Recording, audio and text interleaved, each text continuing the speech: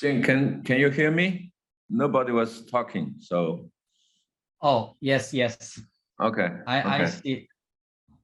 All right. Yeah, I can hear you all. Okay, wonderful.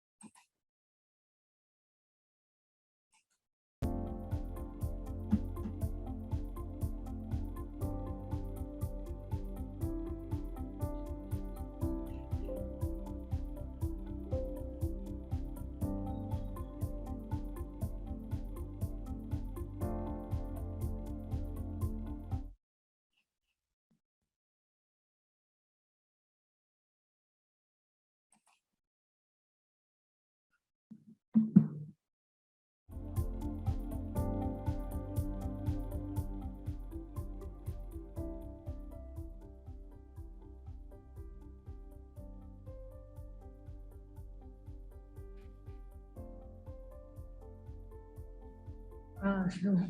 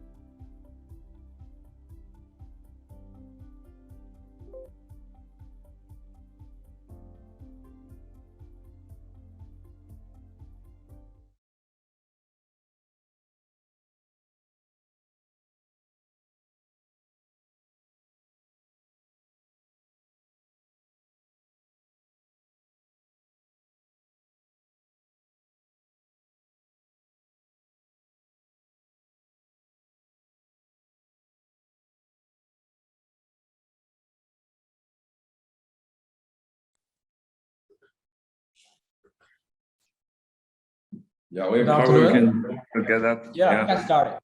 Yes, at 2 o'clock. Good afternoon. My name is Yawei Luo from Xiamen University. Today is my great honor to convene this special launch session for the new UN Decade project, COASTAL-SOS. I also take this opportunity to represent all the partners of the COASTAL-SOS to thank the WESTPAC to provide this very good platform. It's very efficiently organized. And COASTAL-SOS stands for coastal zones under intensifying human activities and the changing climate, a regional program integrating science, management, and society to support ocean sustainability. It has just been endorsed by the UN Decade last month. So the COASTAL-SOS project articulates a novel approach of cross-sectoral partnership among 10 academic institutions, 3 foundations, 6 enterprises, 2 intergovernmental organizations, and 2 non-governmental organizations in designing, conducting, and delivering the science we need for the ocean we want. Through interdisciplinary research, the project aims to efficiently integrating science, government, and society to create a sustainable development model of the coastal zone. So let me to introduce our speakers. So today we'll have 5 talks, 1 virtual launch ceremony, and a roundtable dialogue. And so the first speaker will be Minghan Dai from Xiamen University. And then we'll have Professor Fei Cai from Second Institute of Oceanography, Ministry of Natural Resources of China. And the third will be the Professor Dabo Guan from Tsinghua University, and then we'll have Simon Benet from the China Navigation Singapore, and then we'll have Mr. Ma Jian from the Paradise International Foundation. So after those talks, we'll have the virtual ceremony for the launch session. And then Professor Gray Williams from University of Hong Kong will chair the roundtable dialogues. And at that time, then Professor Williams will introduce his panelists.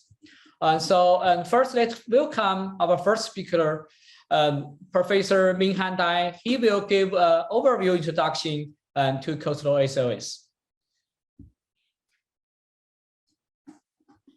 Let me share the screen. Thank you, Yahweh.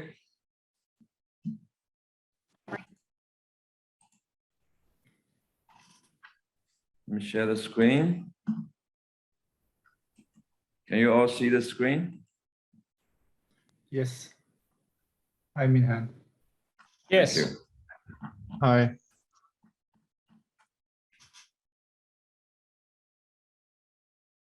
Sorry, I started.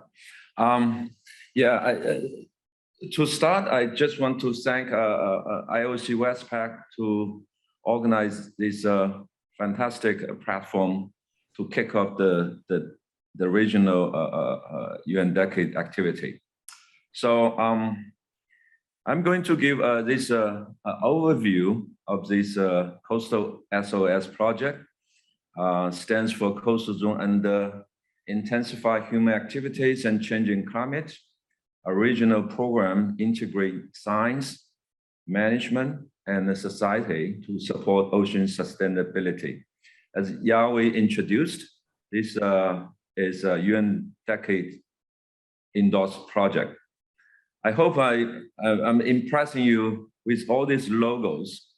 At least in my life, I haven't done so with so many sector partners, cross the sector partners within one research project.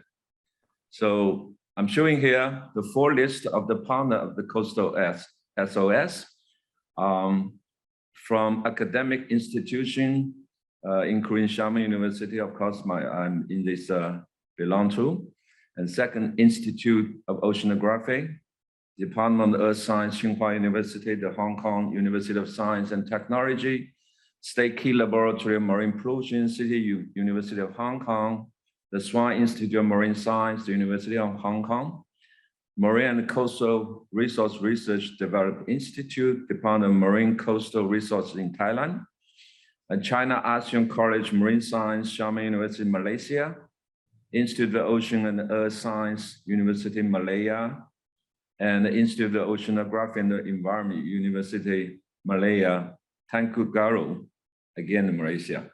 And also, we are very honored to have 3 foundations from China Oceanic Development Foundation, Paradise International Foundation, the Swine Group Charitable Trust.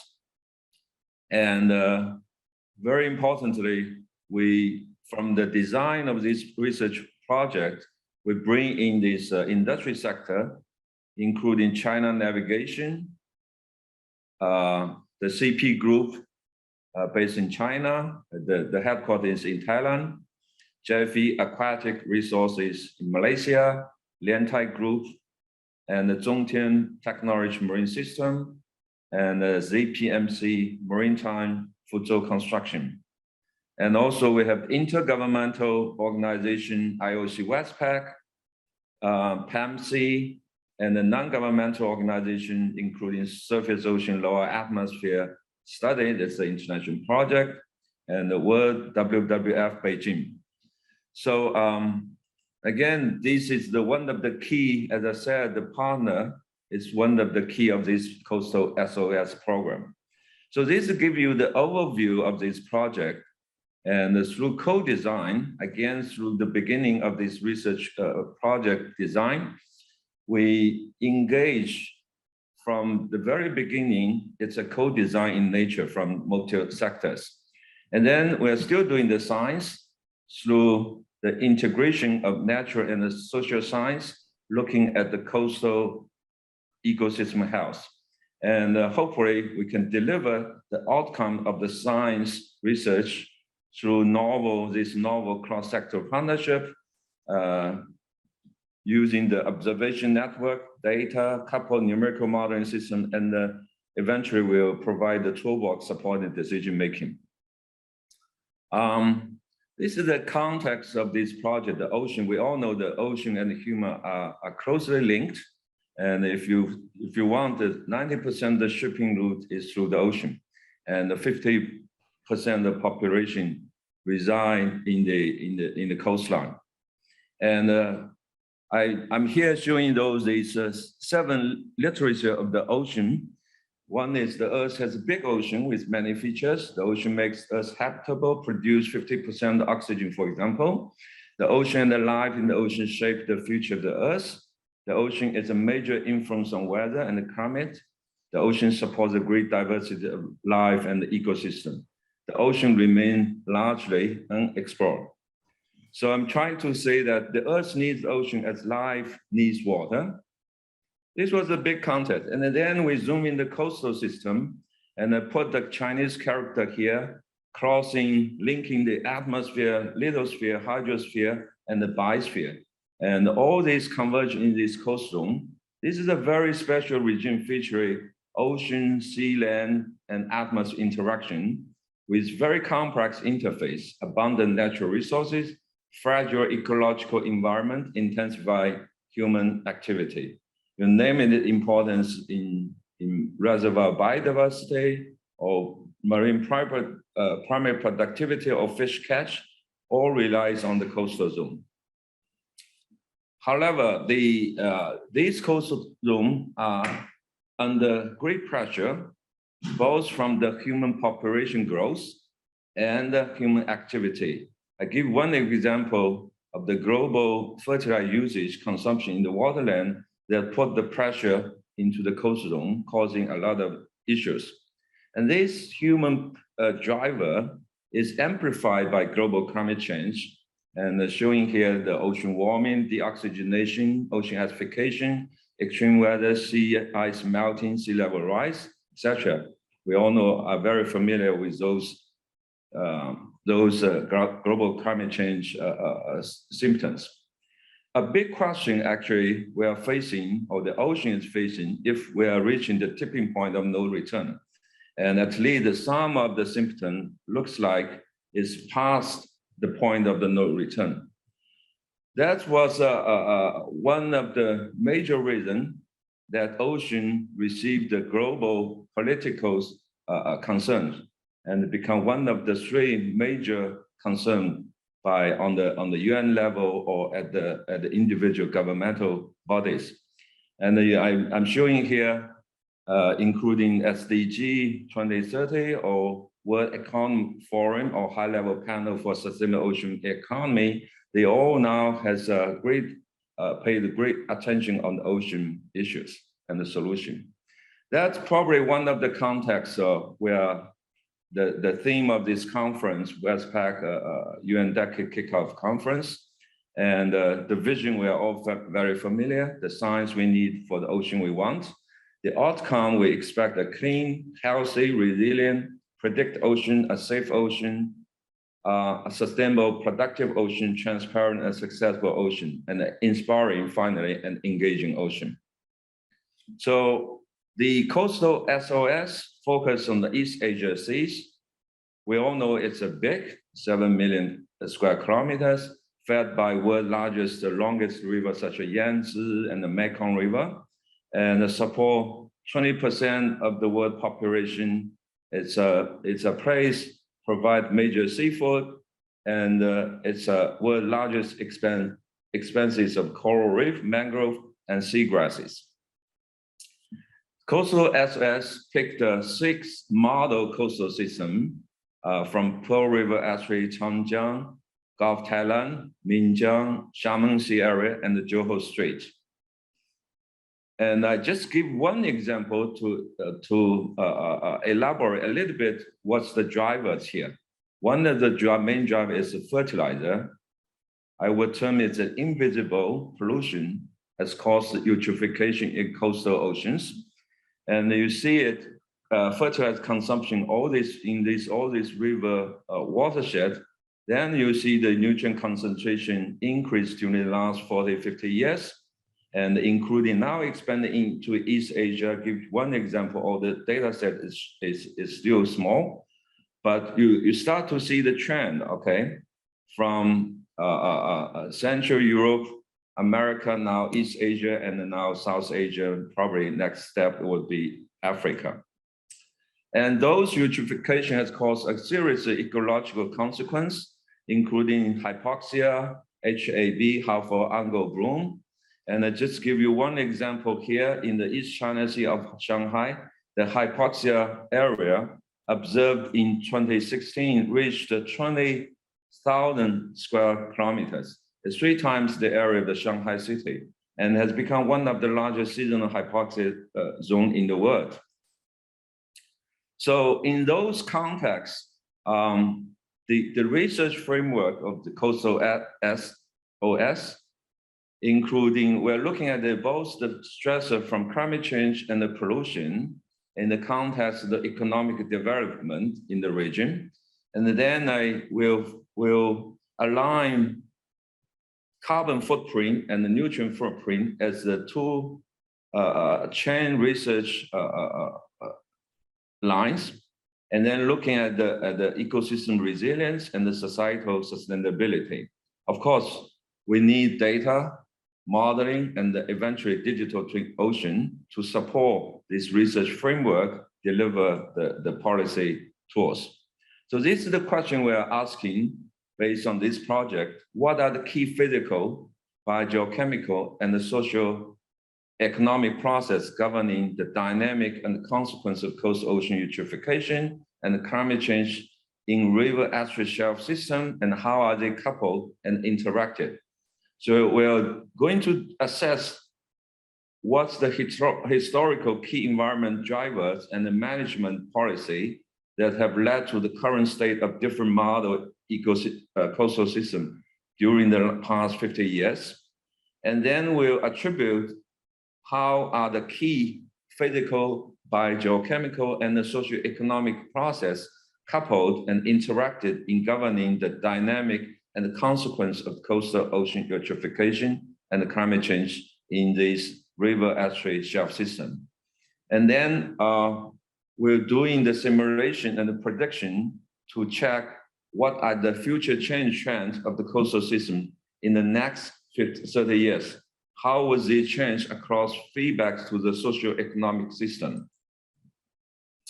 The objective of this coastal OS is include the novel formulate a novel cross-sector partnership among academia, industrial, non-governmental, intergovernmental, and the governmental sector with optimal inclusivity and information flow to enhance their integration and capacity in co-design and co-implementation towards sustainable use of the coastal ocean.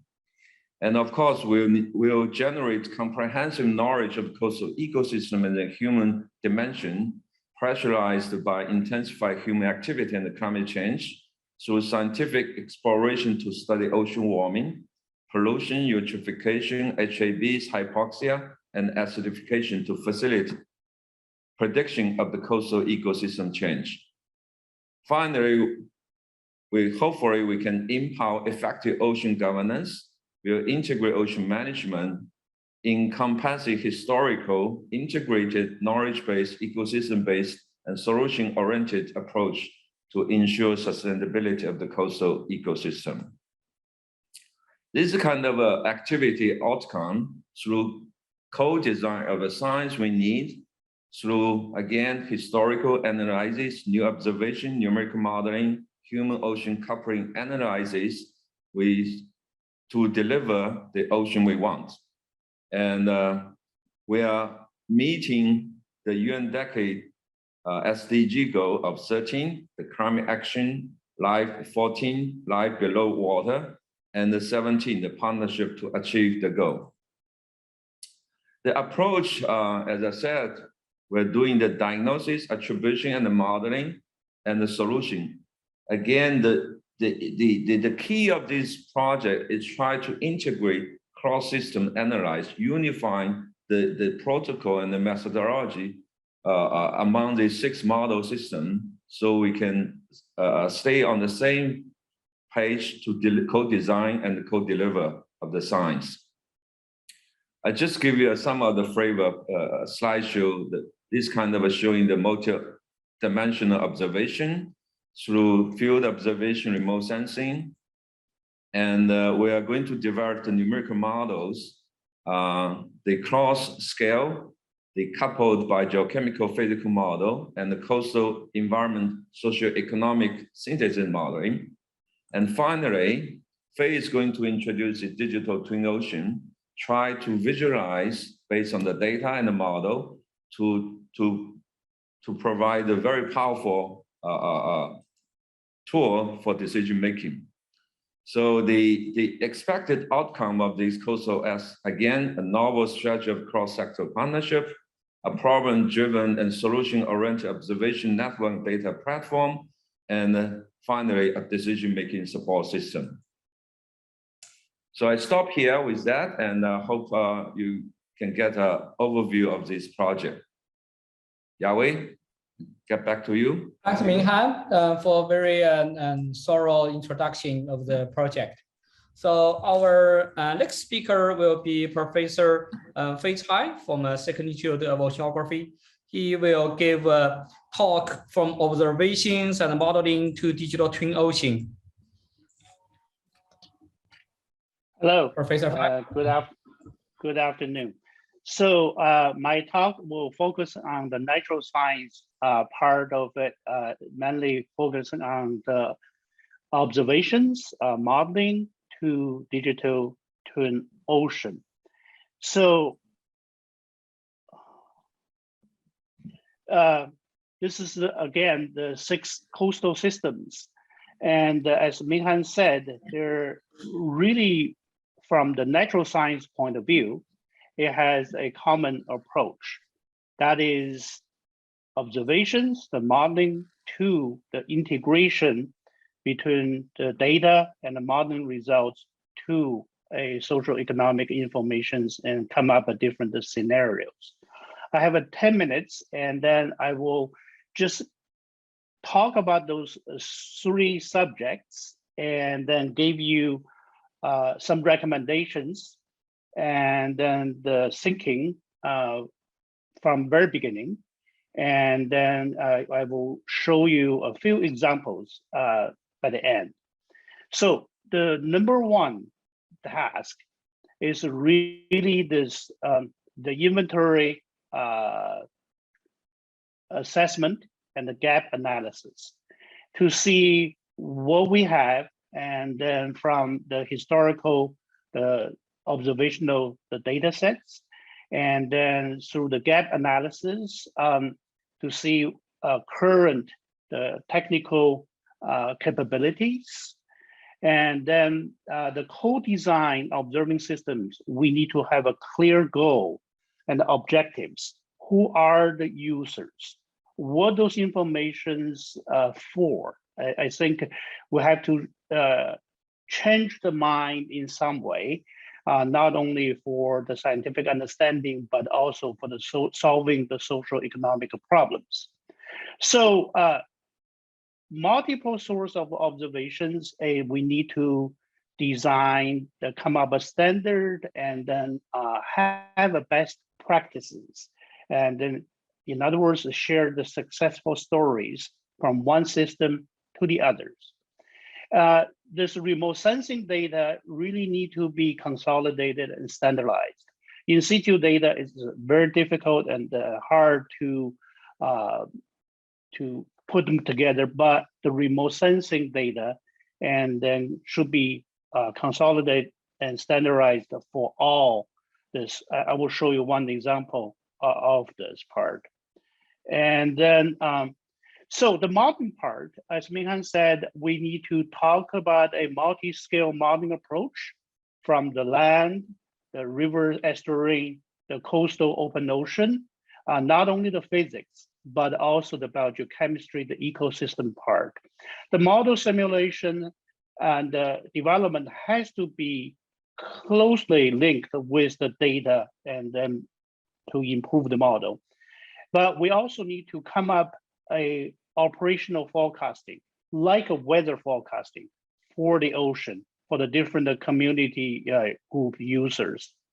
So the Digital Twin Ocean is really a framework that connecting the data, the information, the modeling results through the visualization, and also a collection of the new set of tools and technology to analyze and access to the big data through the machine learning, artificial intelligence, high performance computing. It enables the users and partners to use this platform and run different scenarios and then come up away with the solution and understanding for their own. So it's less reliable on the experts in some way. I think this is the part.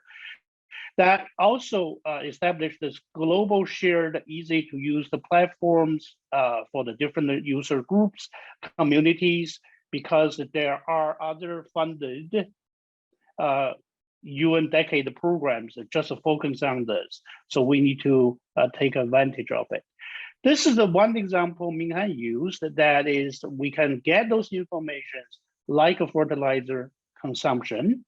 But if you look at the lower panel, that even the nutrient data is unevenly observed and distributed among those 6 model systems. Not only this nutrient part, the oxygen, the pH, the harmful algal blooms, the data is really hard to collect and then standardize. I think one of the challenges for this coastal SOS is to enhance and improve the observing capabilities for all the systems. But the good news is the satellite observational capability. And then there is one particular platform we call the CYCLE, this is the address. We think this is the one-stop shop for all the satellite data. It covers more than 20 satellites over 30 years, and we process them all together. We have done so many trainings, and there's so many user groups overseas. So we plan to do that for the coastal SOS part. So give you a couple of examples. This is the project I led for the last 5 years. We consolidate all the observing systems for the China coastal regions from Bohai Sea, East China Sea to South China Sea. With all the observing systems, but also with a high resolution physical, biological models. And then we try to focus on the coastal eutrophication and hypoxia, etc. One of the products, and through this, you have to link the model development, physical, biological models with long-term observations to understand the sources, the cause of the coastal hypoxia for the Yangtze River. For example, the nutrient delivered from the Yangtze River cause the diatoms blooms, and then which sink to the bottom, consume the oxygen. But this is a kind of traditional one-dimensional looking, but it's the strong currents. And then they take those blooms further downstream and then they deposit the materials at the different locations. You need to consider all this together. One of the products of this is you can establish the forecasting systems. So we can forecast 7 days ahead of time and the environmental conditions, temperature, the hypoxia, the nutrients, and then etc. So with those forecast systems, we can issue the hypoxia warning for the different regions that the policymakers and then can take proper action to minimize the impact. So this is one of the usage. But similarly, for the other systems, this is the slides from the colleagues from Malaysia.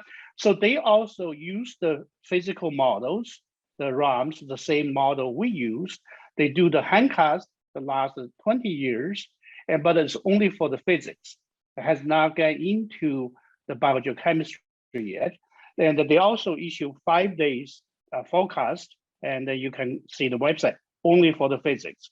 I think with this project, we can collaborate and to implement the ecosystem part. For the upper Gulf of Thailand, there are also the hypoxia, right tides, and cause the fish that, etc. But it's important economically for this region, yet the observing systems has not been fully established. I think through this project, through the sharing of the technology, we can establish a new observing systems, refine them.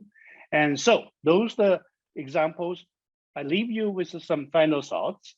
And then number one, the multiple source of information need to develop the standard, best practice, share the successful stories. The technology development, the innovation are the key for integrating the systems, but we need to lower the cost for autonomous observing platforms and sensors. The linkage between the remote sensing is very, very important, better with the modern communities. The digital twin ocean is the framework, need to be incorporated, standardized for all this coastal SOS sites, and then need to close coordination with other programs. And I think the capacity building, the trainings is also important. And then, so I stop here.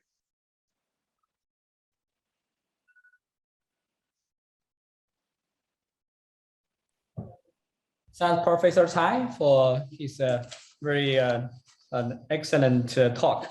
So our next speaker will be Professor Dapo Guan from Tsinghua University. He will talk about the human dimensions of coastal SOS. Professor Guan.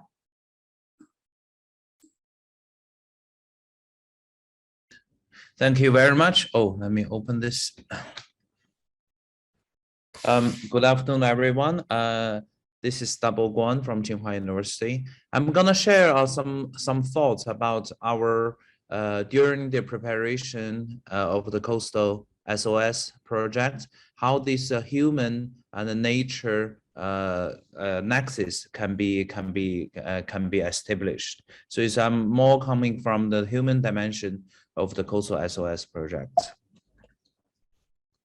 A little bit of background. So basically, the ocean itself is an ecological system, but it have a service to the human dimensions. So we want to achieve the blue economy, and this is the human has already polluted and then contaminated the ocean and use the resources.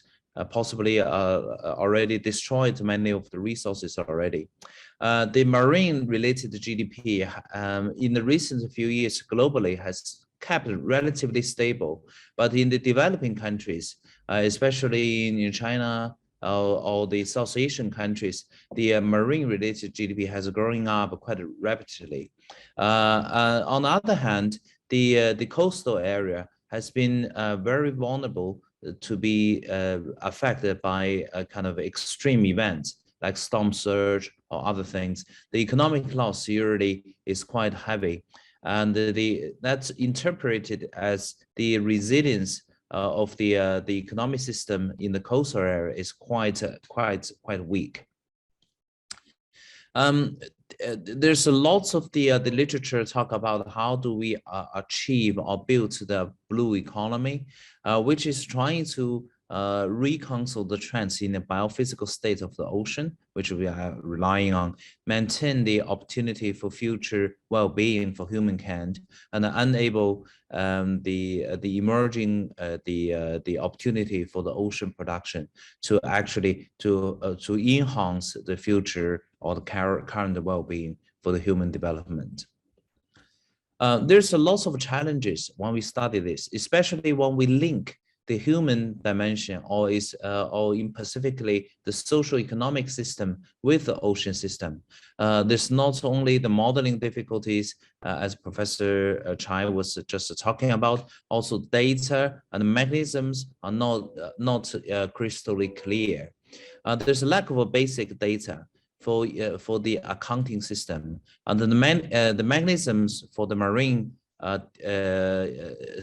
system and the economic system, including the greenhouse gas emission systems, is all pretty not very clear. And the assessment, comprehensive assessment for the marine and socio-economic system requires some significant research to establish a multi-layer interfacing research kind of database or the mechanism to study the industry and the sectorial details for each economic systems and the ocean system coupling. In this particular project, we are not able to do everything with the human dimension of the coastal or the ocean system, but we have select a few aspects trying to just touch on or providing some sort of pioneer study or the linkage for study the human ocean system, a joint system. We're trying to establish an integrated approach, a coupling study, trying to research the reactions between the human society and the ocean system. Specifically, we want to establish emission inventories, not only for CO2 emissions in the coastal cities or coastal zones, but also the nutrient kind of the footprint, because not only the greenhouse gases, but also the water or other related footprint, the damage to our footprint, human footprint to the ocean resources and the system. We also want to try to like a trial to build up an indicator system, trying to measure the sustainability kind of ability for the coastal area for where we are living mostly. Eventually, if we are able to set up those things, we possibly trying to influence on the decision making, and then trying to have working with the relevant stakeholders, trying to look at the decision-making system. This is actually trying to, at least for very for first time or the very early stage, trying to look at with the pattern changes, what are the mechanisms, and what can we do for the policy improvement.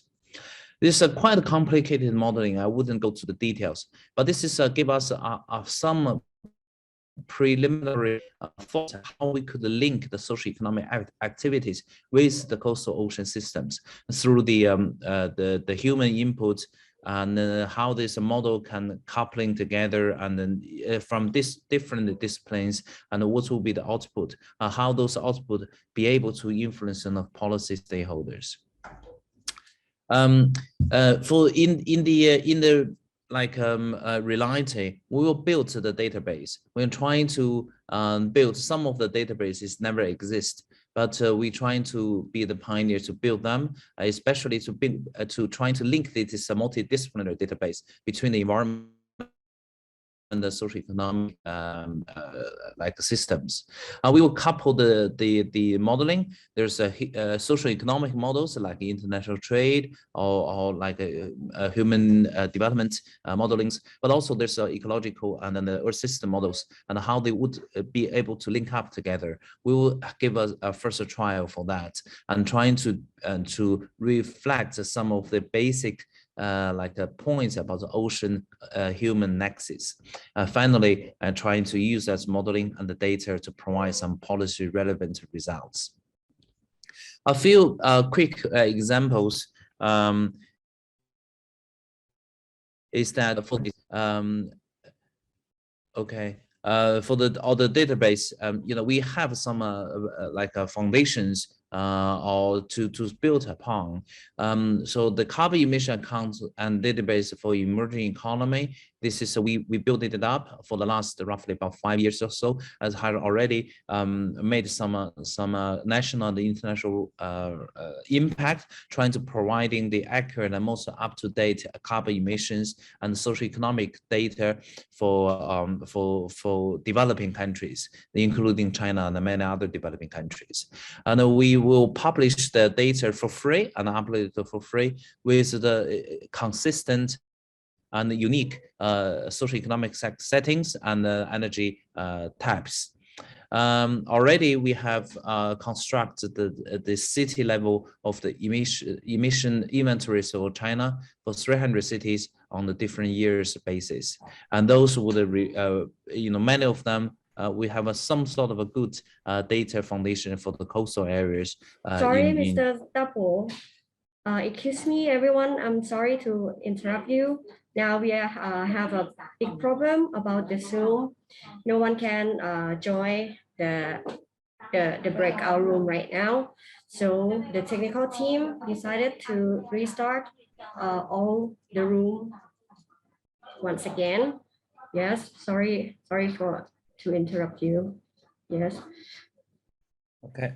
Yeah, so now all the breakout room and all every room will restart. Please How long? come back Sorry, again. how long it will Yes. take? How long it will take? We are the last room. Sorry for that I'm informed you late. Now we're gonna restart it now. So we have to re-enter the Zoom. So need to quit the Zoom and then restart our Zoom and our side. Yes, we gonna leave. Everyone gonna leave the meeting and enter it. Join it again. Okay. So we will be waiting in the lobby room, right? Yes. Okay, lobby room. Okay, I'm sorry. 离开讨论组，先离开讨论组，不要离开会议，就离开讨论组。我们有2个 panelist 登录不进来，好多人登不进来。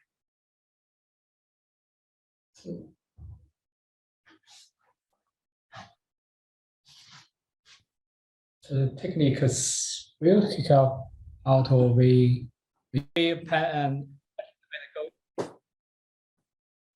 Continue, right? Yeah. You want me to count down? We Yes. probably wait another 5 to 10 minutes until everyone's getting back to Zoom again. Okay, and we will start on Mr. Dapo back again, right? Yeah, Double probably will restart from where he ends. He will resume where he already talked.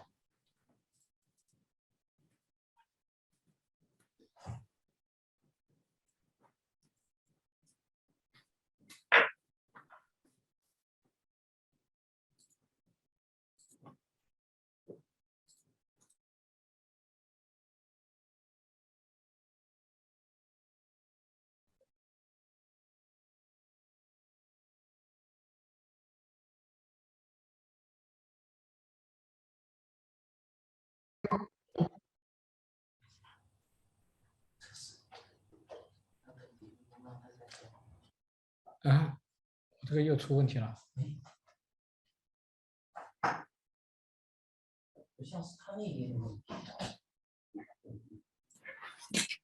Mr. Yahweh, should I set the countdown timer for Mr. Dapo at 10 minutes or not?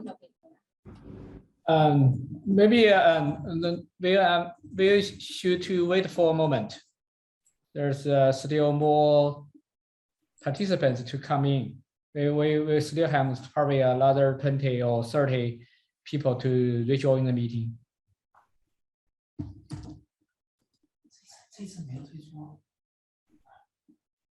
Shall I start sharing the screen or?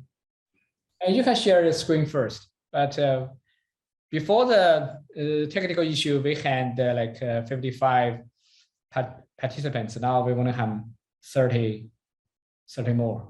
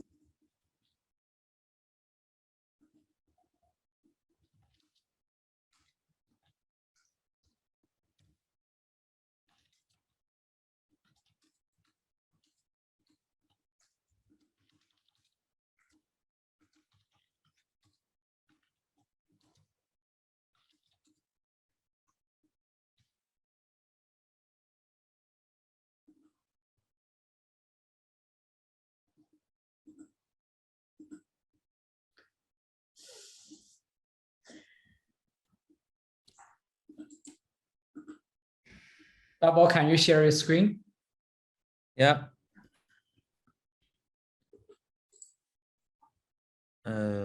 Just can't find it here.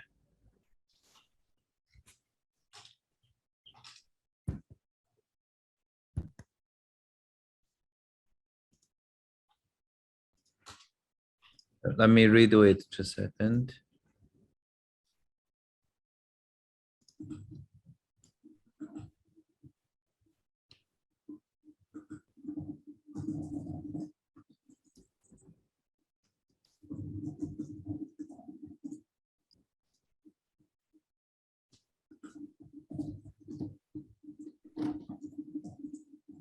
All right, we can start in 2 minutes. Okay, just let me know when we start. In 2 minutes. In 2 minutes, right? Yeah. Okay. Sorry for the technical issues. It's okay.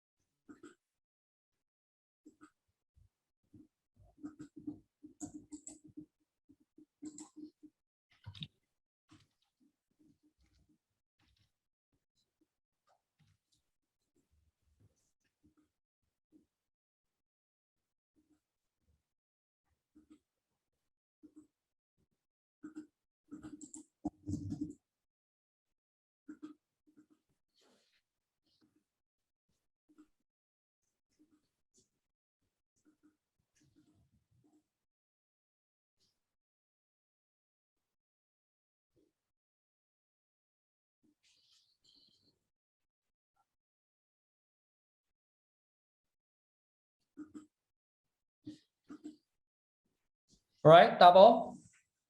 Probably you can Okay. restart. All right. Okay. Okay. Thank you, Yahweh. And good afternoon, everyone again. Let's continue. Sorry about the interruptions just now.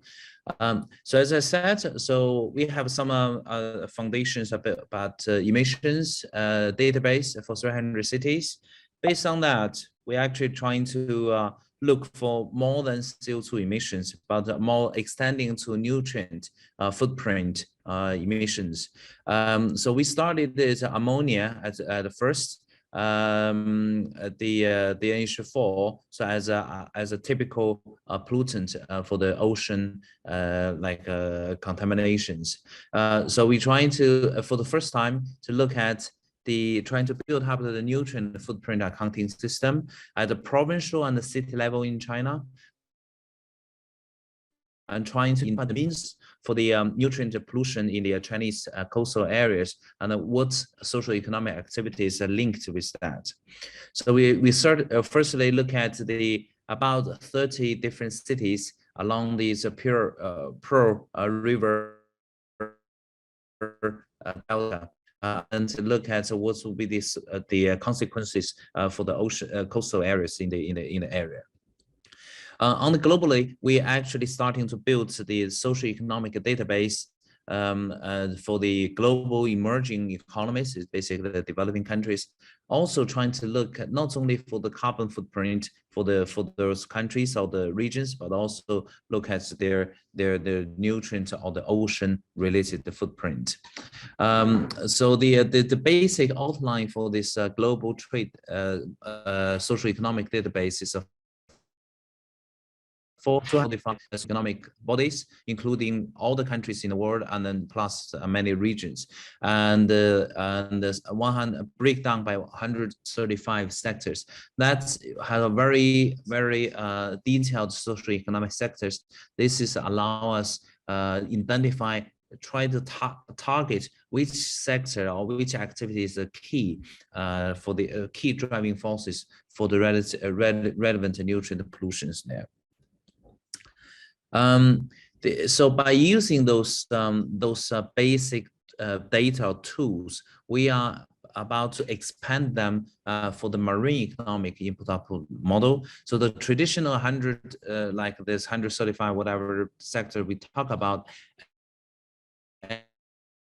sector, but we trying to look at the marine activities that need to further disaggregation for those socio-economic activities. Therefore, we trying to expand the marine economic sectors by 18 different marine sectors and by different national, coastal, and the city level on these things. So those work are undergoing, and that would provide the data foundation for future analysis. So let me just escape that.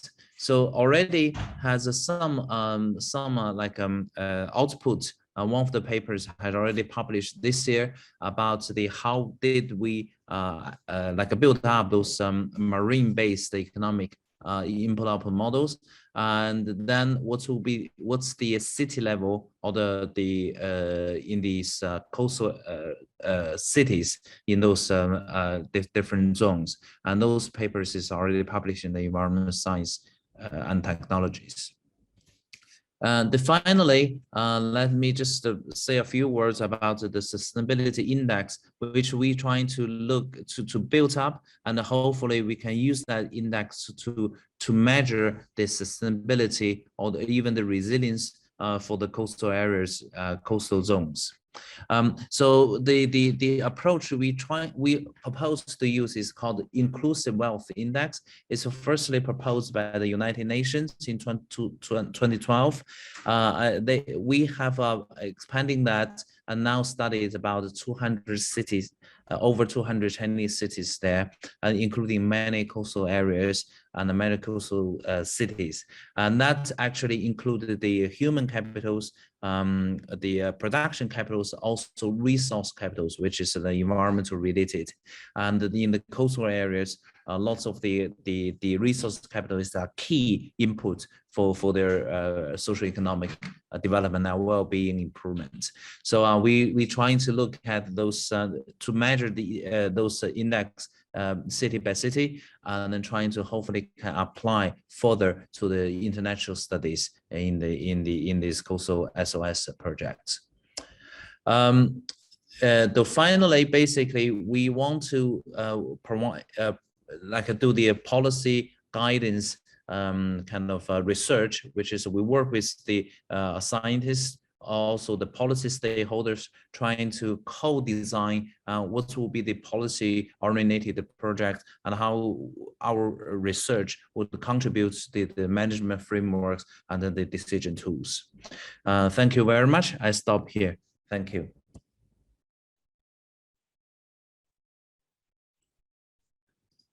Jiawei, it's over to you now. Thanks, Double. It's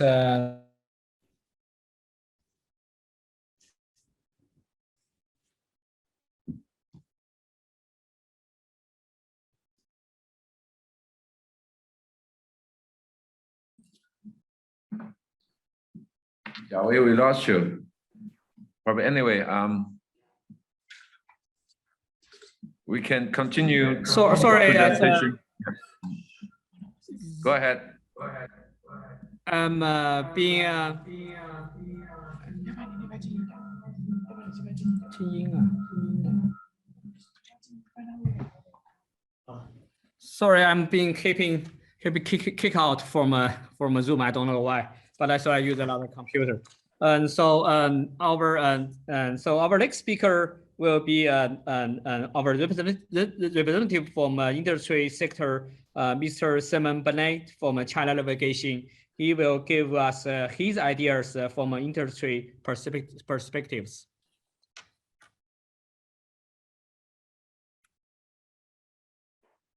Okay. Thank you very much. Thank you for inviting us to talk at this impressive and distinguished forum. We are honored to have been asked to help contribute to this very worthy project. It's very important.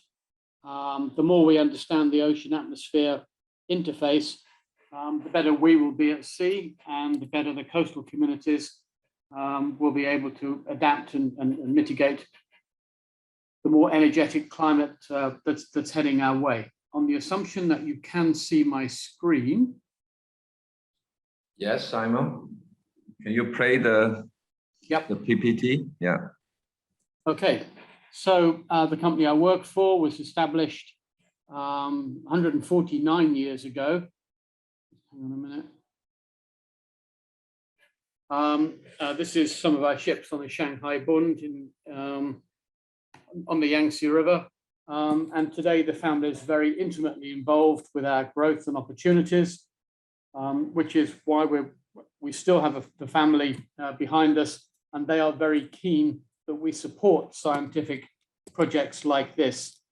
There's 5 sectors within the group as a whole. It includes Cathay Pacific, which is of course 1/3 owned by Air China, and the China Navigation Company, which was renamed at the beginning of this year when we split between liner shipping, which is like containers, and bulk shipping.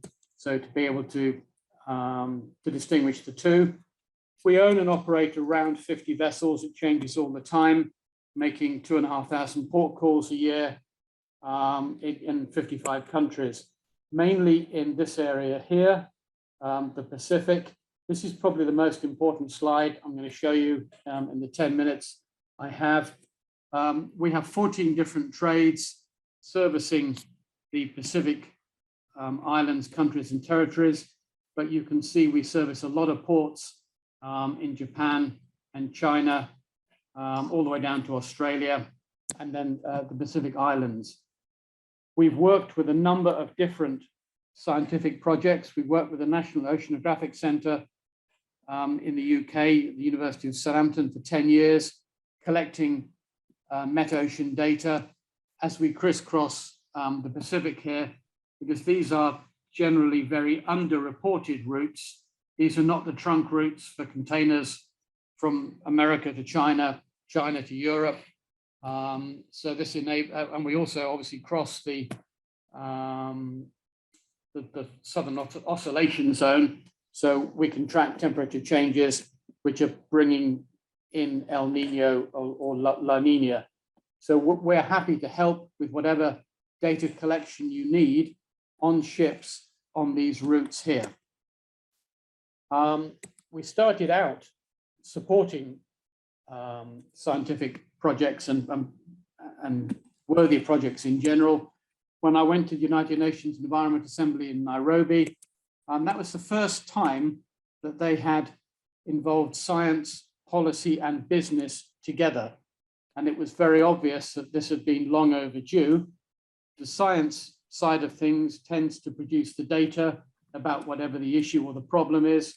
The governance area, governments create a receptive environment so that the issue can be tackled and then business gets on and fixing it, because that's what business does. But also in so doing, we're able to collect the data observations at sea, which I believe this project will need. As Professor Chai said earlier, it's one of the sources of data which is going to be needed. This particular project that I'm showing here involved the collection of waste. There's a big problem in the Pacific that they're dumping all their waste in landfill.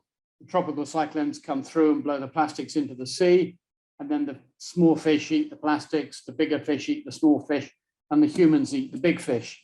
So we provide containers for free and freight for free to take the waste out of the Pacific. We're part of the problem because we bring the stuff in, so we need to be part of the solution. We're also looking at end-of-life vehicles, which are currently just dumped along with fridges and washing machines, etc. We are going to be collecting those, crushing them, and then treating them and getting them out of the Pacific before they taint the groundwater and the coastal waters. We're trying to decarbonize, so we're looking to build a low tech, low carbon, low cost inter-island sail-assisted cargo ship. We're just about to order that now from a yard in Guangzhou. And we also use new technology on ships. This is not really the focus of this meeting here this afternoon. So we have supported a whole bunch of projects in the past. We're very keen to help you with this one going forward. We're not scientists. You guys are the scientists. You need to tell us what you need and give us the boxes to collect the meta-ocean data. And we're very willing to fit them on the ships and then to return the data to you from the trade routes that we are sailing on at the moment. And that's all I've got to say at the moment.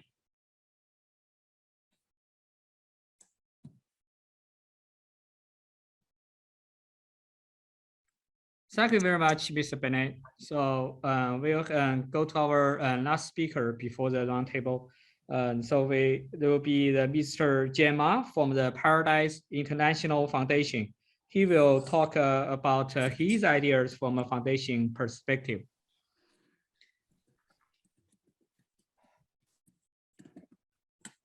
Good afternoon, everyone. Can everybody hear me? Yes, we can hear you. Okay. It's a great honor to be invited to this COASTAL-SOS launch conference. It is a true learning opportunity for me, actually. I'm Ma Jian, the Vice President of Paradise International Foundation. The Paradise International Foundation was established in 2015, founded by 50 famous Chinese entrepreneurs and philanthropists. The core work of us is to promote the land trust areas in China. We have managed 6 land trust protected areas so far with the support of local governments and local communities. The total managed area of us is over 600 square kilometers.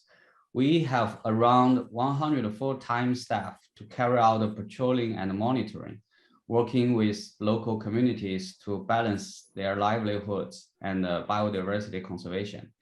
Furthermore, to make them benefit from the conservation outcomes. From the first day of Paradise Foundation establishment, we have been thinking about how to contribute in protecting marines, because compared with land, marine plays a more important role in sustaining the human well-being and is more sensitive to threats such as climate change and pollution. It has received quite low protection efforts. So in 2016, we launched the Blue Pioneer program together with Packer Foundation from the US. The program is focusing on training young marine conservationists and encourage them to participate in marine conservation in the first line. This was the first attempt of Paradise Foundation in marine work. The Blue Pioneer program has been trained 4 cohorts around 100 young talents right now. In 2019, after 3 years experience, we officially launched the Blue Initiative Fund, began to explore how to better fund institutions to promote marine protection. Since then, we have funded 9 projects, including marine scientific research, marine education, marine talent training, fishermen's livelihood improvement, marine think tank network, and so on. This year, we concentrate the Blue Initiative on 3 funding directions, which is marine protected areas establishment and management, blue carbon, and capacity building to young marine talents. We believe these 3 directions are most in line with the capacity and advantage of Paradise Foundation and the needs of marine protection. I would like to take this opportunity to share some of my thoughts with you on coastal SOS. The coastal zone is a fusion zone of land and marine system, and you know better than me. It has very high ecological significance. In addition, more than half of the world population lives near the coast, and they create more than 60% of human wealth. Moreover, in the current context of climate change, the coastal zone is also the most vulnerable and serious affected areas. Therefore, from the perspective of Paradise Foundation, we feel that scientific research and the protection actions in this area are extremely important. I believe everyone in this meeting has a consensus. We are all aware that NGOs have developed rapidly in China in recent years. According to the statistics of the Ministry of Civil Affairs, there are more than 900,000 NGOs and more than 150 billion RMBs of charitable donations in China in 2020. NGOs played and is playing an important role in the whole society. In the past 5 years, China's total charitable donation for biodiversity protection reached 1.8 billion RMB, and 69 goes to environment protection. It is the largest and the fastest growing field. However, it only accounts for less than 1% of China's overall charitable donations. At the same time, we need to aware the number of marine NGOs is still small concerning the scale of staff and annual spending. In 2018, there were only 202 marine environmental protection organizations in China, of which 80% of them have no more than 6 staff. Meanwhile, NGOs engaged in marine conservation work have a very small coverage of topics and a high degree of homogenizations. More than 80% of the institutions focus on marine garbage treatment and nature education. But we still cannot ignore the importance of marine NGOs in biodiversity conservation. Not only funds, they have brought new ideas and practices. Many of them insist on taking root in front line and effectively build a bridge between the governments, enterprises, academia, the public, and the local communities. We have seen the great role played by NGO parties in protecting terrestrial ecosystem, so we have the same reason to believe that marine NGOs will play the same role in the near future. So I hope the Coastal SOS program could engage more NGO parties in the implementation. So finally, congratulations on the official launch of Coastal SOS. We also look forward to working closely with Professor Dai's team to achieve all the goals. Thank you. Thank you, Mr. Ma, and all the other speakers today. So our next event is a virtual launch ceremony for the COASTAL-SOS. So we'll see a video.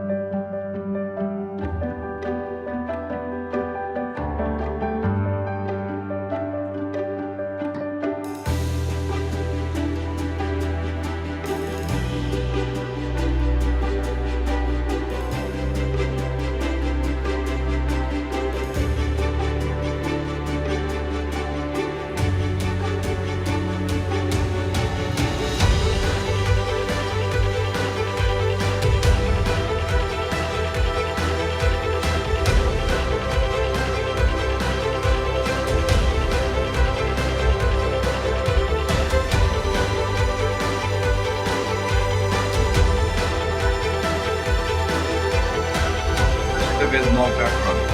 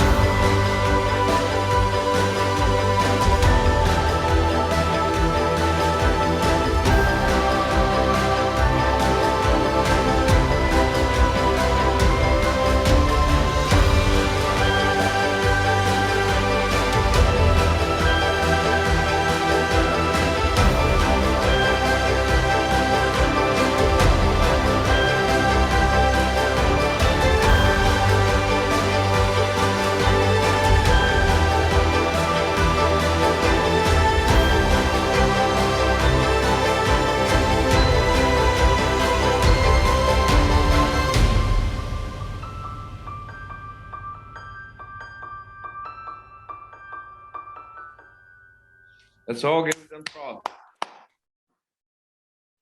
Very cool. Cool, thanks.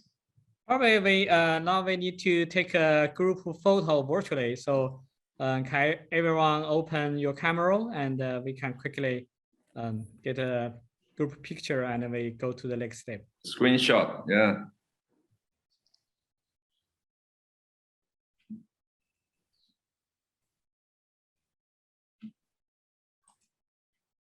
Please show yourself up.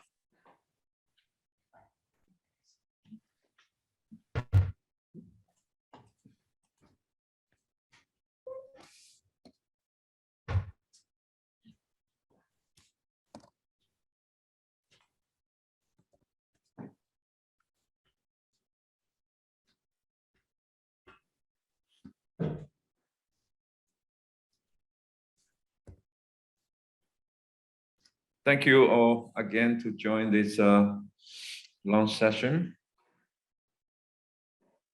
We need a picture, group picture. Hopefully we can gather in person at some point next year. Sure.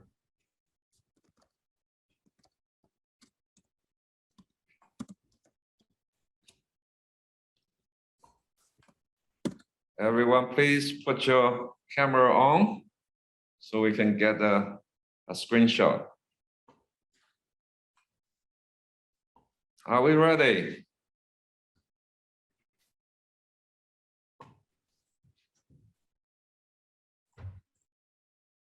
One, let's say everyone cheers. Okay. Oh. 1, 2, 3, cheers.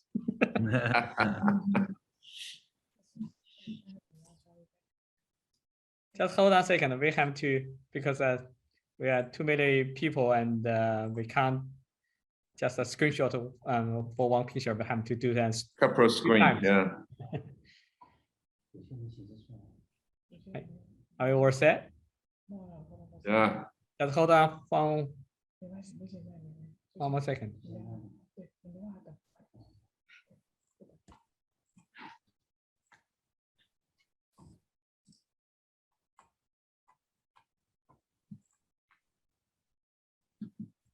Now I see familiar faces. Yeah, thank you all again.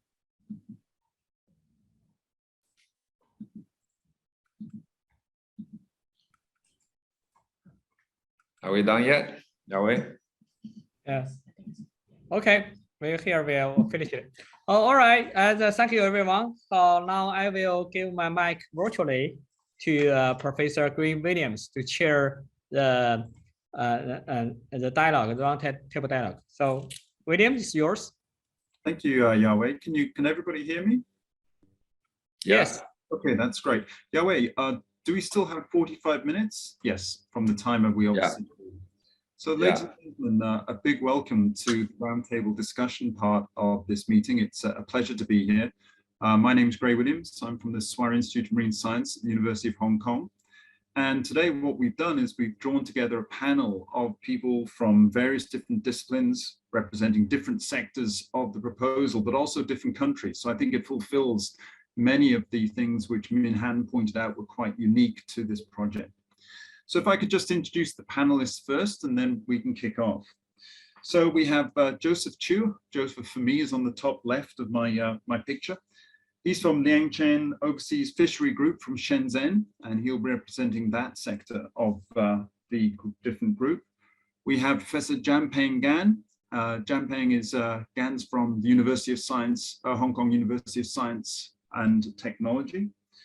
We have Lili. Lili's in the center of my screen, I can see. She's from the Deputy Executive Director of SOLAS, that's the Surface Ocean Lower Atmosphere Study Group, and she's based in Xiamen. We have Phak Im Lim, and Phak Im, she is representing the University of Malaya, Professor Phak Im Lim. And then last but by no means least, we have Dato BJ Tan from the Jeffy Aquatech Resources group, Malaysia Agriculture Processing as well. So you can see we have a very diverse set of members, which I think represent the spread and the diversity of the group, which has been assembled for COASTAL-SOS. And so the idea today is we're just going to generate a dialogue where we can discuss some of the issues about COASTAL-SOS, some of the dreams and aspirations, and also some of the challenges it faces. So we prepared a series of questions, which I will now put towards the panelists, and we can start the dialogue from that area. So to start off with, ladies and gentlemen, the first question is looking about the philosophy of the partnership. And so we're trying here to create a synergy between science, industry, policy, and management disciplines to create a more sustainable ocean. Obviously, that's quite a challenge.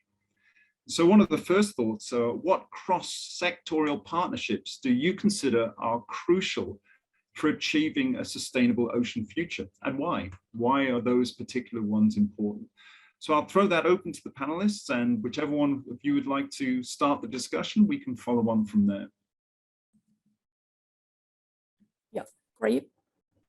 Please go ahead. Okay, I think that as mentioned by Gray as well as Professor Dai, that's actually the philosophy behind the project is quite challenging as it involves multi-sectors. But the thing is, we know that the cooperation of the different sectors are very important for sustainable ocean future. We can't left out any of the sector in order to achieve the ocean that we want. Firstly, we need a science-based finding, which is contribution from the research institution to understand the challenges that the ocean are facing, as well as provide the possible mitigation plan and solution. However, we know that the current stage of the ocean, the challenges that we are facing, such as eutrophication, HAV, pollution, hypoxia, and etc., are due to human activity and natural forces. So, but for sustainability of economic growth, we can't stop the development. Hence, the collaboration from cross-sectoral between academia and industry are very important. The academia may assist in finding the main factor in causing the pressure on the ocean, and active communication with industry is needed to share the finding and propose solution that we are not depriving the economic growth, but yet at the same time, we're still putting the ocean health as the main consideration. Besides that, the awareness and support of public are important, where the NGO and IGO can play a very important role in helping to do the public awareness. And we also need the policy for implementation, enforcement, and monitoring. So I would stress that, in fact, this project is actually very timely in order, and we hope through this project, we are able to bring back the health and the future ocean that we want. Thank you. Thank you. Thank you. It was very, very clear. Quite a lot of different points there. Would anyone else like to follow up? Joseph, perhaps. First of all, can everyone hear me? Yeah. Okay, great. Thanks for the invitation. Yeah. First of all, I think the context of ocean sustainability is a very wide subject. Today, it calls for a cooperation across multiple disciplines, from industry to education, from science research to government policies. But I have personally spent a good part of my career operating in a fishing business. So from my perspective, engagement with industry, or in my sector, Fishing Commission, is one of the partnerships that is highly important. To cite an example, the action and behavior of our fishermen is crucial.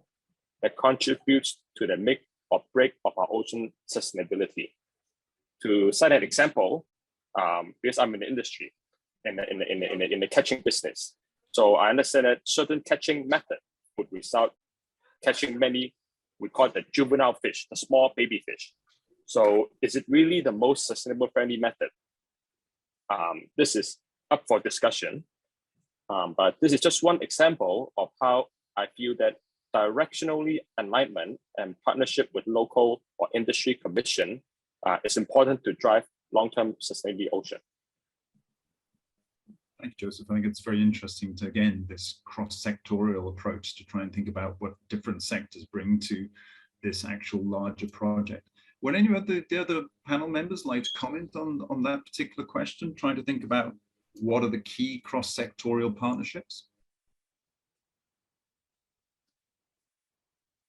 Or maybe I'll change the question around then to almost look at a different way of thinking about this. We've sort of built this team for COASTAL-SOS using this approach of cross-sectorial and also multidisciplinary. But I guess the question might be to turn it around and say, well, is there anything we're missing? Are there any sectors we're missing, or any particular disciplines which we would need to actually add into the COASTAL-SOS team to actually boost our ability to achieve the goals which we've set?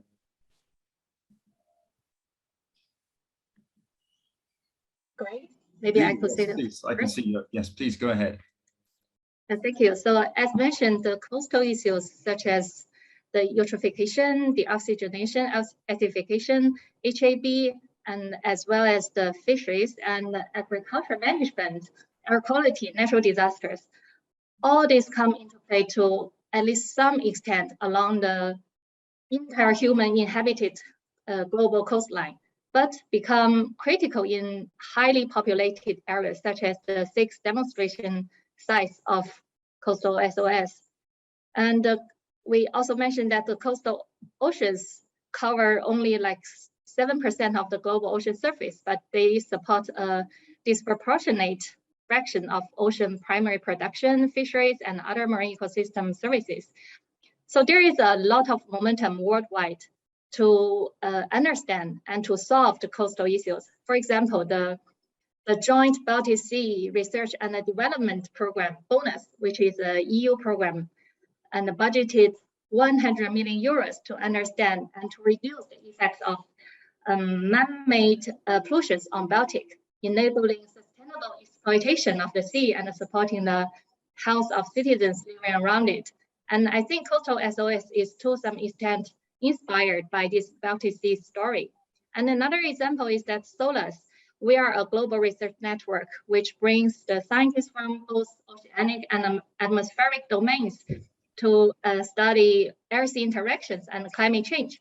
We're not a coastal-only project, but the SOLAS science, such as the terrestrial atmospheric inputs to the coastal oceans, gases and aerosols released from the coastal oceans, and the process that control those transport across the air-sea interfaces are crucial to understand the environmental issues of coastal zones, particularly within the context of global and climate change. And among the 40 programs and the 86 projects and endorsed by the UN Ocean Decade so far, I roughly calculated 430 of them are dedicated to study coastal zones respectively.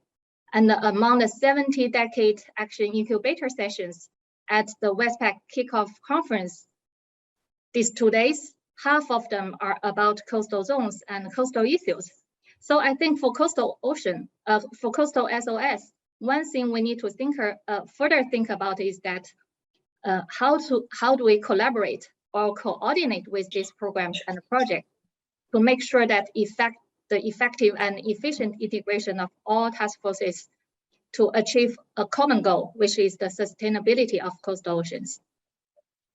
So actually trying to link with some of these other projects, you think is one of the areas which we should be trying to develop into the program, perhaps in stage 2, because we have a 2-stage program maybe. Does anybody else want to add on to things which we might be missing or things which we should be trying to add into Coastal SOS? I can. Please. Well, it is so great to see so many people attending this opening ceremony. On the record, we have a 64, and I just scroll down the people. At least 2/3 of them, I don't know. Well, this is I've been doing we have been doing this kind of the research in many years, and this is one of the quite phenomena that we are able to gather in the people from the different sectors, particularly and from the different region, different countries in Southeast Asia. I think that this is a good sign for this SOS. In terms of the grade, the question, what we mix, well, this is a quite comprehensive already, the project. As many you all know, there is the integration of the different sectors. I think that one of the things I didn't, the component maybe, I don't see that is the relevant government agency. Those agencies actually are responsible for planning, management, and even the execution of the same mitigation and many other and policy making. For example, in Hong Kong, we have different government agency, Environmental Protection Department, Hong Kong, the Observatory, the AFCD, Agriculture, fishery, and so on. They are all responsible for the marine, the environment in different sectors. One HKO, or say the storm surge, and then the other departments of fishery, and also the say the water pollution. So now they are the persons, they know the maybe have some kind of issue. Of course, we also know. But as a the objective of this project, we need to integrate, bridging the with the this society need and different sector.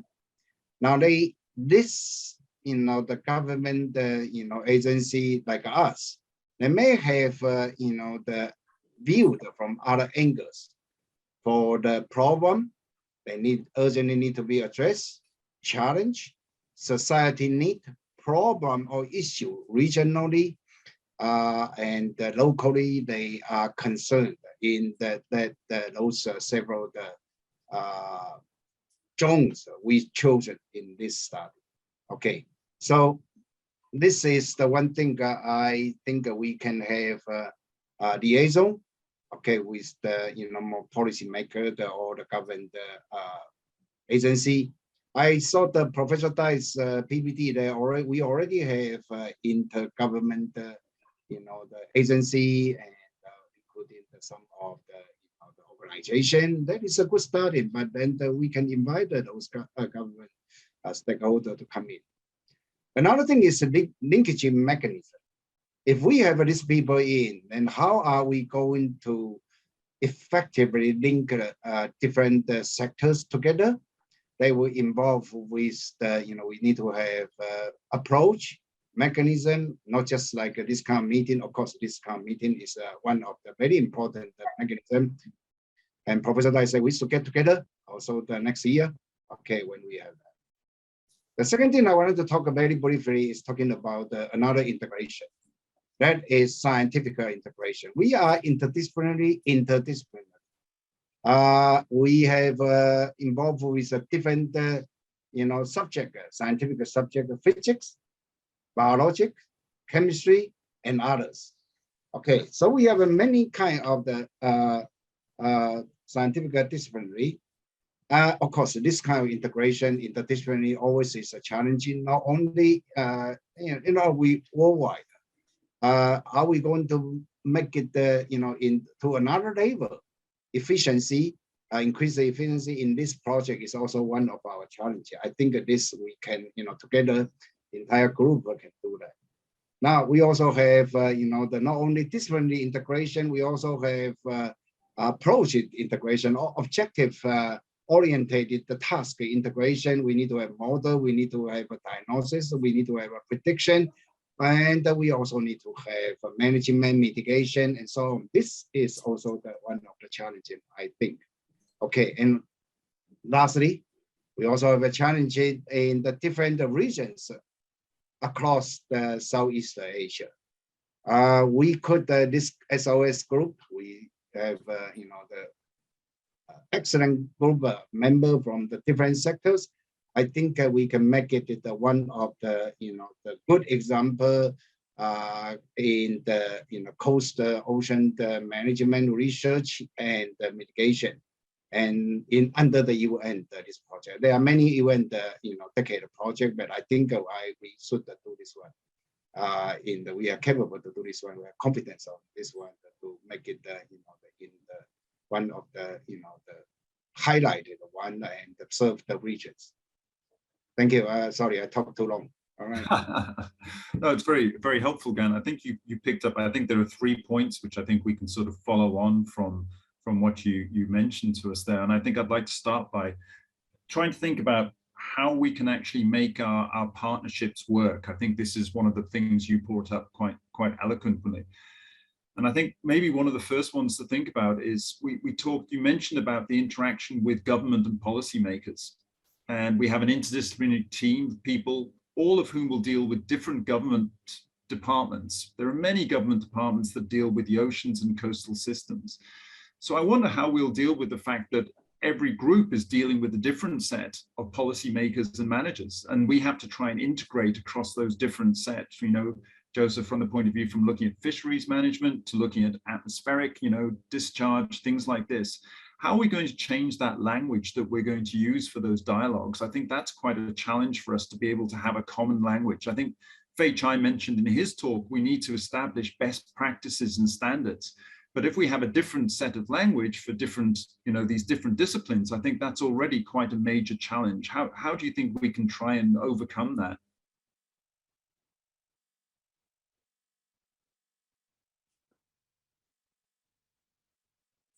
Joseph? Sure. I think everyone has his or own personal value system. And we are living in a world of making choices and trade-offs. So the biggest challenge we face is that not everyone places the same value in protecting our ocean and the health of our planet. I think it is actually fundamentally a difficult one because action taken today does not translate into immediate dollar value. To foster and enhance partnership, we probably need to find a common ground where interests can be balanced and aligned. But at the same time, I think there's some good news that I see where I'm seeing some world leaders speaking up for climate change and making commitment around environmental sustainability. We're also seeing Fortune 500 companies leading the way in making social responsibility part of their company missions. So I think leads to the previous question is that I think we need to also think about how to educate people about sustainability so that it is a common value that carries in every human being, because all of us are connected to the ocean one way or the other. Yeah, I think that's the educational aspect, again, is something which I think is going to be very important in terms of education, in terms, again, with these relationships with different groups and learning how to deal with people who might have different values. And I think that's another good point to think about, is that the different values which people bring or perceive. For example, you mentioned, Joseph, a monetary value, which often we try to give to some of these resources. But on the other hand, not everything can be just converted simply to a money value. We also have other intrinsic values and ethical values as well, which we need to consider. So I think that's also an interesting aspect. So I'll try and stretch that a little bit further, and by thinking about the fact that one of the things we're trying to do with this COASTAL-SOS is to also bridge between different countries, where we're talking about Southeast Asia sort of theme, where we're working in Malaysia, Thailand, and China. I mean, we're talking about very big sort of scales where we have different model systems. And I wonder how we're going to try and integrate across these different model systems. And again, different sort of methods. As I said, we talked about best practices. Perhaps I can ask Dato if he has some opinion from an aquaculture sort of perspective on how we might be able to bridge across these different geographic areas.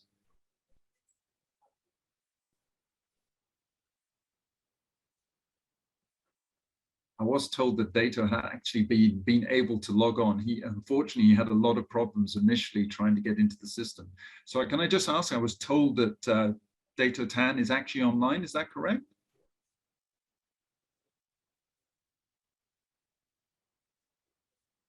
Maybe not. Maybe not. So maybe I'll throw that open then to the general roundtable. What are we thinking about how we deal with the geographic distances? Because we're all going to be working in different areas, dealing with different areas, but different governments, etc. But we want to try and have common goals and common practices. What way can we best do that? Obviously, COVID has created a situation where traveling is no longer as easy as it used to be. So we are remote at the moment. And how do you think that we can try and develop best practices from a sort of remote angle?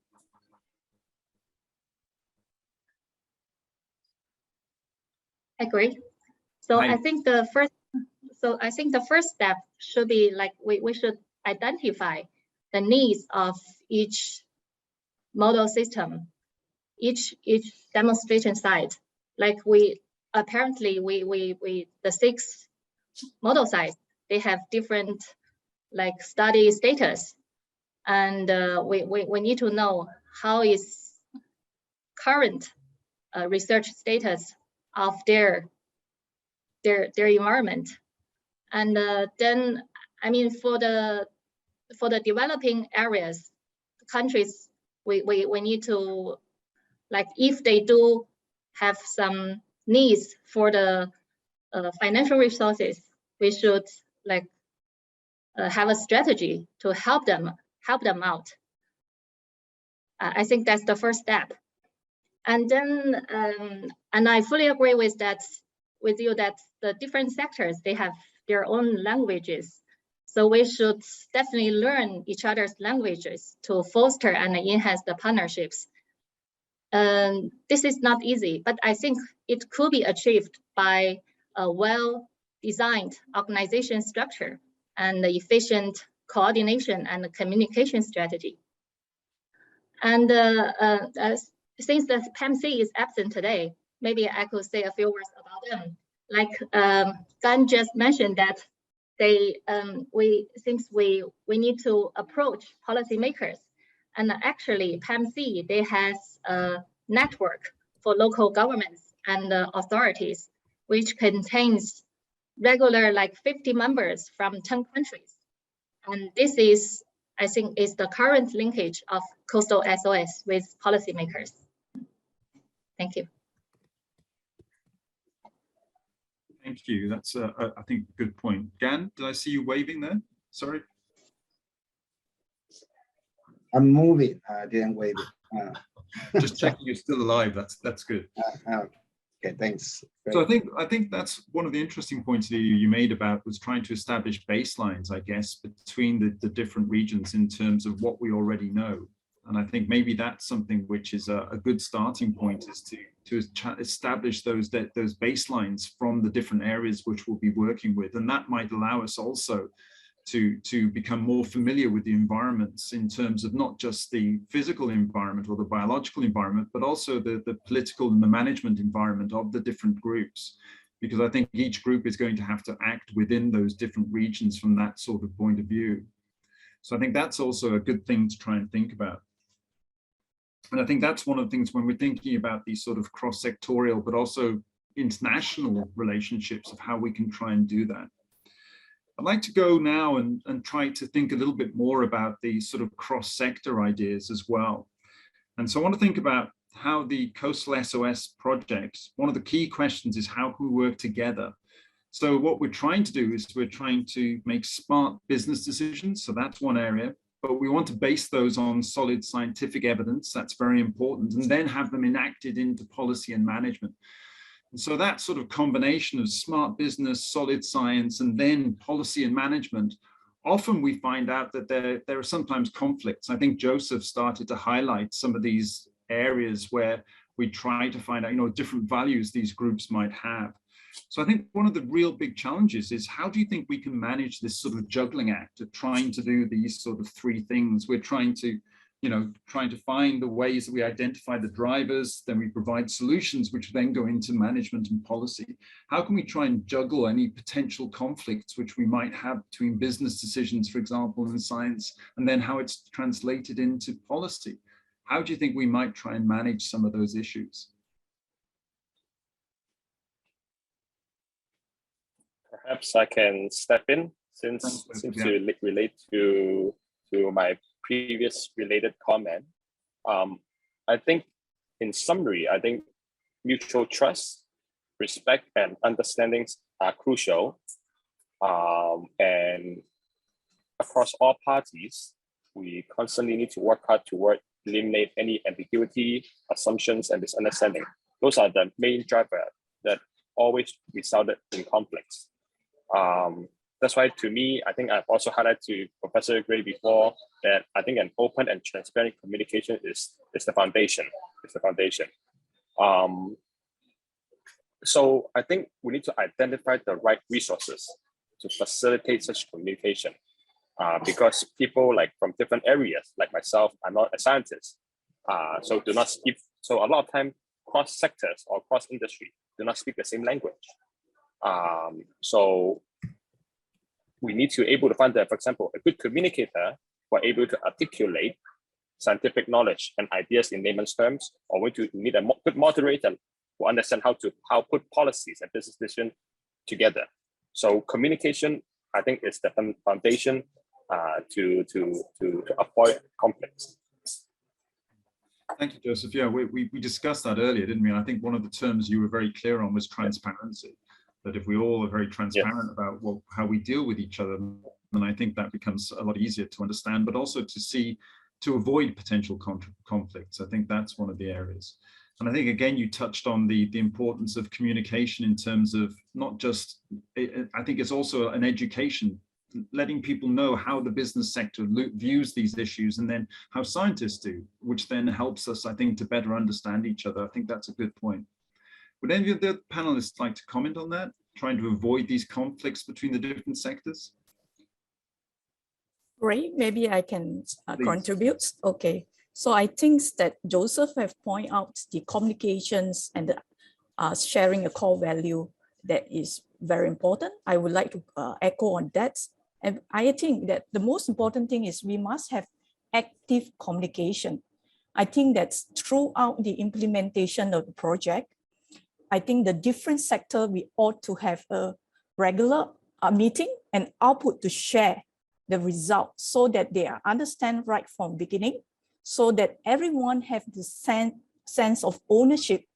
And right from beginning, we will start to adopt the same core value that we know that the same core value, we hope to have a healthy ocean.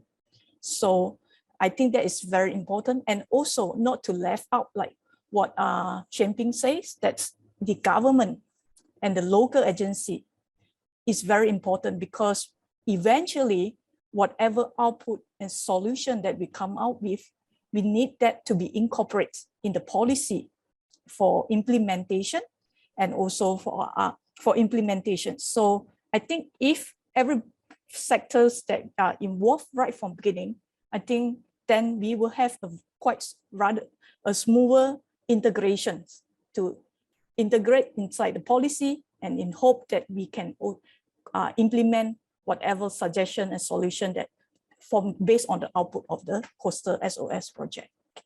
So thank you for me. So I think that's a nice point, which maybe we should be thinking is about when we're starting the project now. If we can establish these core values at this stage, then perhaps we can avoid potential conflicts, because we can have a very clear dialogue to know what everybody's expecting and what everybody will be able to bring to the table. So I think that's actually a very useful point to bring across that.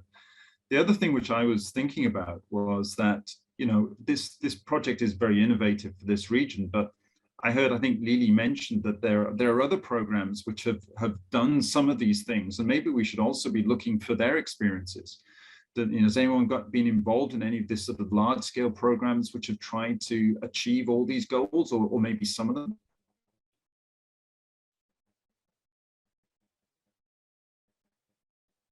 I think, Lily, did you mention some of the PEMC programs which might be involved in sort of parts of this area? There are several UN Ocean Decade endorsed programs and projects, like the one led by the City University of Hong Kong, which is called GAMP, and another one is led by the State Laboratory of Eastern and Coastal Studies in China. Is called Meta Delta, and also there are like so many projects endorsed by UN Ocean Decade, around 15, something like that. They are looking at the coastal zones. Yes, I think it's not only about the internal communication within the COASTAL-SOS, but we should like set up a regular communications strategy with the people outside, with other projects.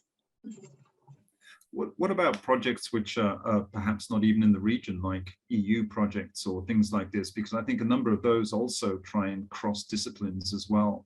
And so maybe we should also be looking to build up an advisory team, perhaps, of people who have been dealing with these sorts of things before. Do you think that that would be useful for us? Yes, I think that's definitely help. Like the EU project bonus, they spent, as I said, they spent like 100 million euros to study the Baltic Sea, but still there are some environmental problems, like the hypoxia in the bottom layer are still there. So we should definitely learn from their experiences, and we should avoid things like that in our studies. Yeah, I see we have a hand up from Zheng Guangzhou. Is that correct? Would you like to ask a question? Yes, Williams. Thanks for letting me Please jump in. Can you hear me? Yes, that's fine. It's good. Actually, my point is now I'm currently working for WF China as the ocean practice manager. But before that, I'm working for GF UNDP project for yellow sea large marine ecosystem. Due to time short, I cannot share my experience for that project, UNDP project. But my point is, we can learn the other project like UNDP project, ocean, especially for the ocean project, because they're dealing with multi-stakeholders like Ministry of Natural Resources, Biofisheries, Ministry of Agriculture, Ministry of Environmental, different ministries in the central government level, also in the local level. Because dealing with ocean in China, as you said before, we have dealing with multi-stakeholders. We not only need science, but also need to the policymakers. Sometimes, as Joseph said, we speak different languages, but at least in some point, we need to lower ourselves to better to achieve our goal for the healthy ocean. That's my point. That's my point, is to learn the other UNDP project in China, whether it's failure or whether it has progress. I would like to share more my experience later. Thank you, Williams. Okay, thank you for joining and adding that. That's very helpful to think about the UNDP projects as well and sustainability issues, I think. Any other comments on that area in terms of trying to seek some experience, I guess, from other groups, which then I've just actually heard from the other panelists. Unfortunately, he hasn't got a stable connection at the moment. Okay, so he's actually Dato Chan has made actually typed his actual replies here, so I'll actually read those out here. So he says that they believe to improve the agriculture activities and reduce the fishing activities of the coastal sea, that seafood is one of the main sources of proteins for humans. Due to the increase of the human population in the world, the demand for seafood protein is increasing. So I think these are the values which he was talking about from the aquaculture area. And he says, in order to protect the coastal area from high volume of fishing activity in the future, we have to increase the supply of the seafood through aquaculture activities. So if I'm reading what Dato Tan's saying here, he's saying that this is, I think, a role that aquaculture will be able to play to try and alleviate some of the issues, some of the drivers, I think, of the processes which are discussed by the COASTAL-SOS project can be actually addressed through a sort of aquaculture approach from that point of view. And I guess then we end up with the same questions about this integration, because of course there are issues with aquaculture as well, which can lead to sort of, if you like, a sort of circular driver of some of these eutrophic issues, I think. So thank you, Dato. I hope I sort of summarized that. I tried to very quickly read your response there, which came through on the chat. Just one moment, I think I've got a reply. This is really using all the, yes, thanks, I've just picked that up. Okay, ladies and gentlemen, so I'd just like to ask, are there any sort of further comments on those questions which we can follow up on? Because I have a last question to put to all the panel members, but is there anything else the panel members would like to bring up at this stage? I think everyone's sort of dealt with those issues. Before I open it to the floor, perhaps I'll just throw out the last question. So when we prepared the roundtable, we decided to have one final question that all the roundtable panelists would be asked, if you like, as a sort of dream. So the final question which we were all asked is, what is the one thing that you would like to see happen as a result of COASTAL-SOS? And I suggest it's not just the panel members that might like to think about this. I think this is a good question for all the participants to start to think about now. You know, what is the one thing perhaps which we would all like to see coming out as a result of the COASTAL-SOS project? So I'll invite the panel members first, and then perhaps we can also get other members of the group who are listening to contribute as well. So panel members, would you like to tell me what your one dream would be from the COASTAL-SOS project? Just put your hand up if you'd like to go first. Gan, well, you were first. It's quite easy. I borrowed one. Okay, from the science we need, the ocean we want. I think this is the, I hope that at the end of this project, we can, advance in the science, and then we can build a better ocean environment for for the region, find a solution and mitigation, even the management skill. Okay, so this is my one thing in my. So Gan, you were saying to advance the scientific knowledge base, is that correct? Well, then application, and then for the application for the management mitigation of the ocean. So the sentence will be the Professor Dice, science we need for the ocean we want. Okay, so basically, I just elaborated it. Yeah, I think that catchphrase is excellent. Yeah, the science we need for the ocean we want. Okay, so Gan is following the catchphrase. What about the other panel members? What would you like to suggest? Joseph. I can, yes. So all of us live in the present, I think holds the key to all our future generations, right? So I hope that I want the world to be a healthier place for my son, of course. Of course, there are many more generations to come. So I hope that one day, if we have to phrase it in one sentence, is that environmental sustainability will simply become part of all our human beings' DNA. That's a pretty big challenge, but a great one to try and achieve. Yeah. Excellent, great. So we have now Lily or Fakim who would like to go next. Yeah. Looks like Lily's on there. Yeah. Yes, thank you. So for me, I mean, no matter what challenges we are facing or we are faced with, we are going to be able to find our way out or innovate our way out as long as we work together, we collaborate with each other.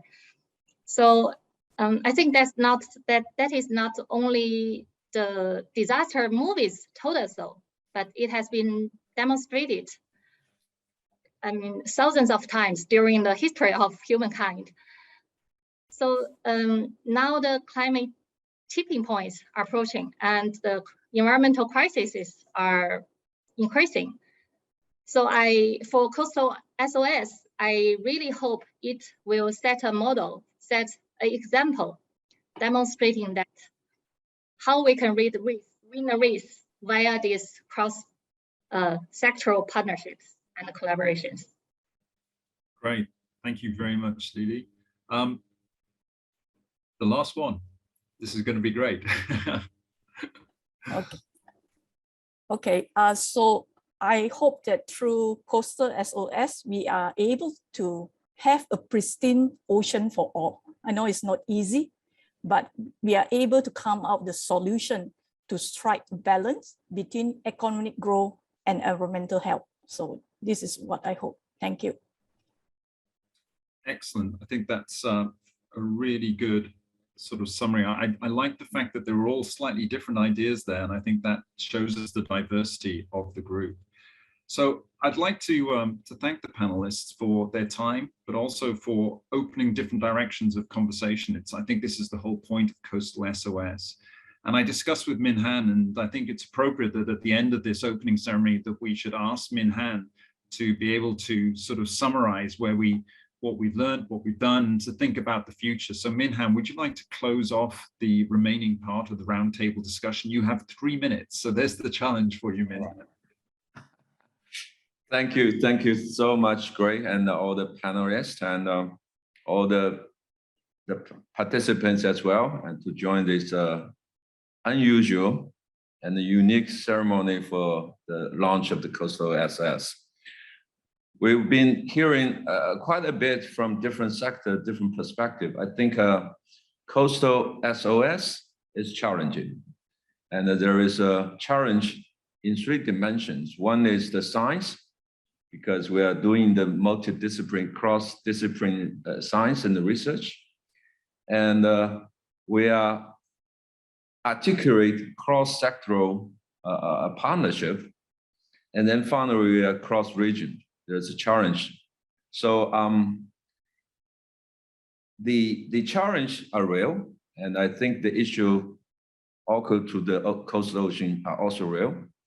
At the same time, we cannot wait. We cannot wait to resolve all the scientific issue or business issues or management issue